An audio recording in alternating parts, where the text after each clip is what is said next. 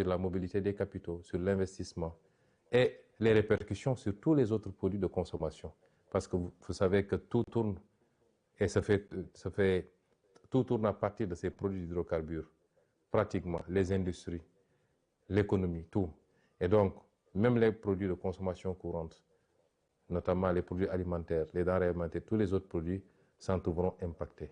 Et tout ça par une décision unilatérale d'un pays tout puissant soit-il de déclencher une guerre, de frapper d'autres pays, et c'est déplorable. Mais nous devons faire une analyse géopolitique de ces situations. Ce ne sont pas des situations fortuites. Pas plus tard qu'avant-hier à l'Assemblée, je vous ai parlé du piège de Thucydide.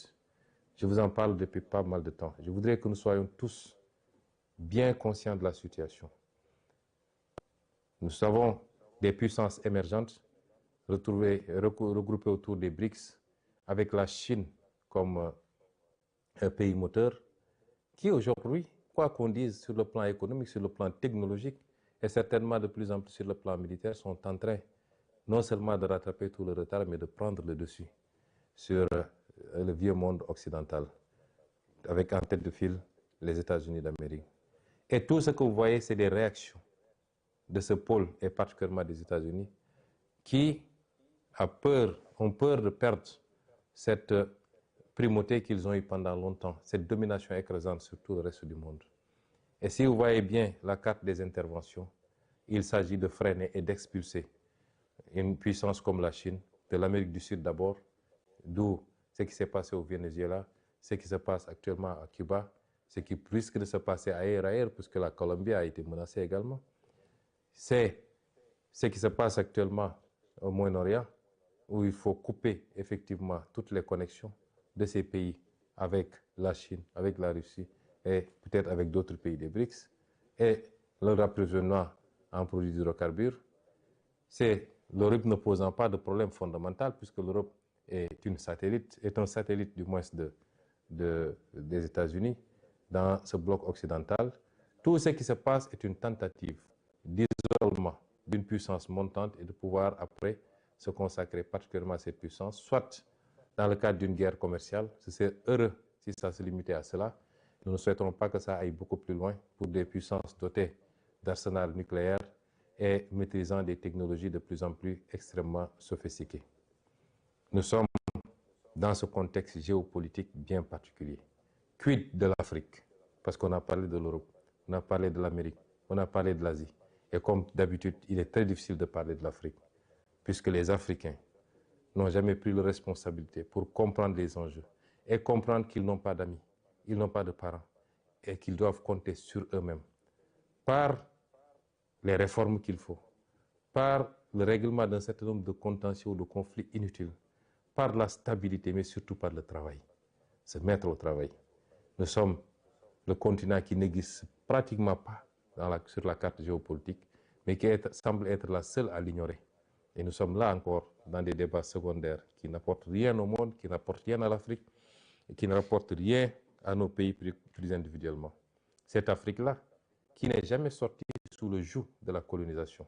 Parce que ce qui se joue actuellement, c'est une forme de réitération par certains empires de volonté coloniale. La colonisation, elle n'est pas seulement physique, même si ici on est sur le terrain physique, elle est aussi cette possibilité d'imposer ses vues, ses desiderata à tout le monde et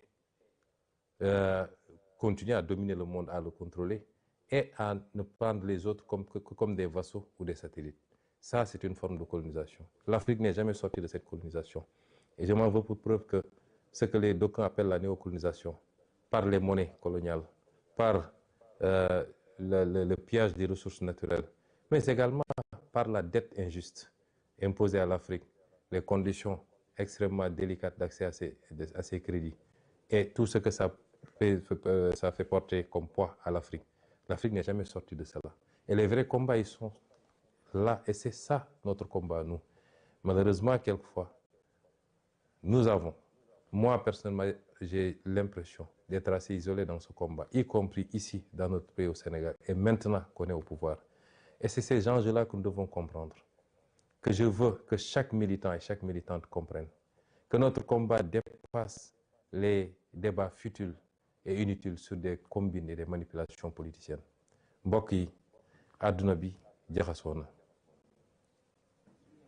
ñun rek a ko comprendre gul bu ñuy seetaan di xew ci àdduna bi ci ay commentaires la yem xamuñu ni lépp lu xew foofu impact bi mun a am ci suñuy réew ak suñu développement ak ci ëllëg ndax nit du soppiku. L'être humain est un prédateur. La majorité des êtres humains sont des prédateurs. li andi woon ci ay jamono ay nit jaaxle ca fa ñu dëkk seen suuf doyul ñu soxla yaatu ba jël seeni gaal wër fu nekk dem seet yeneen suuf yu ñu coloniser balaa loolu ñu seet yeneen suuf yoo xam ne noot nañ ña fa ne di leen jël di leen jaay en tant que jaam yóbbu leen ci yeneen continent ñu dem liggéey.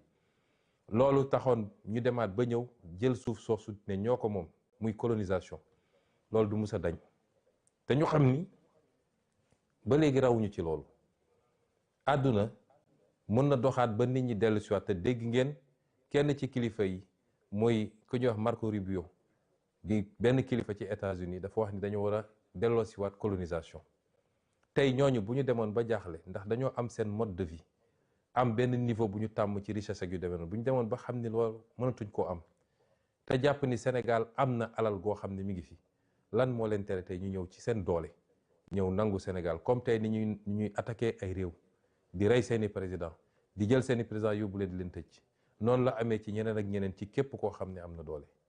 moo tax Afrique benn yitte rek la waroon am Sénégal jiitu ci mooy jublu ci liggéey wàññi coow li wàññi wax ji wàññi politique bi ak combine politique yi. Est-ce que ñun nous sommes à la hauteur de ces enjeux? boo xoolee coow lépp ci Sénégal ay waxu coalition diw ay waxu parti diw ay waxu xëcc nañu lii ana liggéey ana concentré wu sur l'essentiel.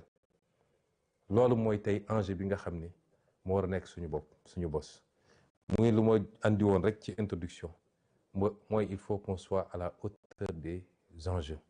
Les enjeux ne sont plus aux combines politiques ou politiciennes. Les enjeux ne sont plus aux réclamations injustifiées. la xam ne réew mi liggéeyagul alal gu mu mën a séddale ba kenn ku nekk la muy laaj ñu mën koo jox na ñëpp jublu ci liggéey wàññi wax ji. lu ko may nag la woon fa woon nan ñi defoon ba jiituñu ba xëy noot ñu bu ñu foog ne raw na ñu xëyaat ñëw noot ñu te duñ ci mën dara. bu dee réew yi ñu ëpp doole fuuf booy seet tey li xew diggante Russie ak Ukraine rek keroog damay seetaan benn documentaire ci benn guddi rek Russie yónnee na 850 drone yu mu envoyé Ukraine. ñun Sénégal mënuñoo jënd fukki drone yu mat ak suñu alal. kon nañu xam ni existé wuñu sax ci wàllu koom ak ci wàllu puissance ak ci wàllu doole waaye ñun foog nañ ñun ñooy le centre du monde. kon nañu jublu ci liggéey ndax lu ko mooy rek la woon fa woon. ñu ngi leen di gërëm di leen sant li introduction la woon ñoo ngi delloo kàddu gi nag jox ko mbokk yi kenn ku nekk li nga am ci yitte ci laaj ñu tontu ko lépp ñu def ko ci tey ak ci dal ak ci teggin ndax am na solo. asalaamualeykum.